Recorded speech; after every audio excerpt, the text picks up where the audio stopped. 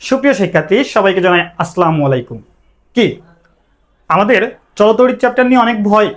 দেখো, চলতরিৎ চ্যাপ্টারে একটা বেসিক মানে খুবই ছোট একটা জিনিস নিয়ে আমি তোমাকে একদম বেসিক ক্লিয়ার করে দিচ্ছি যে তোমাদের যখন সার্কিটের বিভিন্ন বিভব বের করতে বলবে অথবা যদি আলাদা আলাদা তড়িৎ প্রবাহ বের করতে বলে, সমান্তরাল বর্তনী থাকে, অনেক টাইমে আমরা অনেক ভেবাচাকা খেয়ে যাই।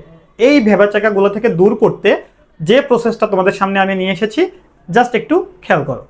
দেখো, এই সার্কিটে আমরা সবাই জানি, যদি আমি বলি যে এই সার্কিটে তুল্য রোধ বের করতে হবে, তাহলে সবাই জানি আমরা।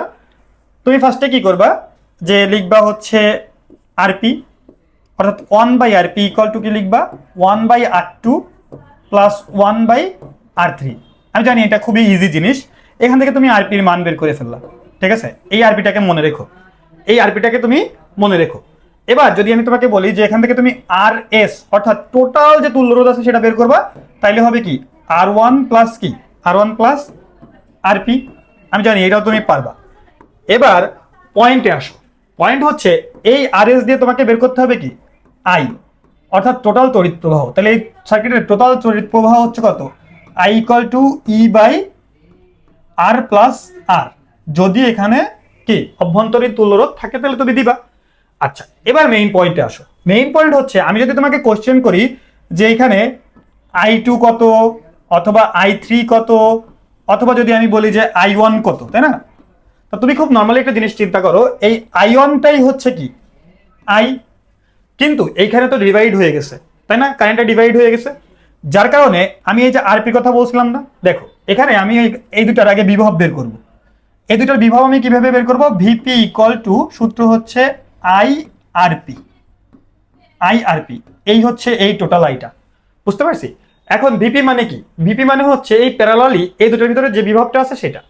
এবার আসো, খুব নর্মালি যদি আমি বলি আই কি I2 যদি আমি বের করতে চাই, তাহলে I2 ইকুয়াল টু কি VP by R2, VP by R2। এবার যদি আমি I3 বের করতে চাই, তাহলে সূত্র কি ভিপি বাই R3। দেখো, তাহলে তোমার এইগুলাই হচ্ছে কয়েকটা বোর্ড, মিনিমাম আমি যদি ভুল না করে থাকি 20 থেকে 25টা বোর্ডেই এই প্যারালালি যে জিনিসগুলো আছে সার্কিটের, আমি একটা ইজি সার্কিট দিয়ে দেখালাম, এরপরে আস্তে আস্তে কঠিন দিকে যাব।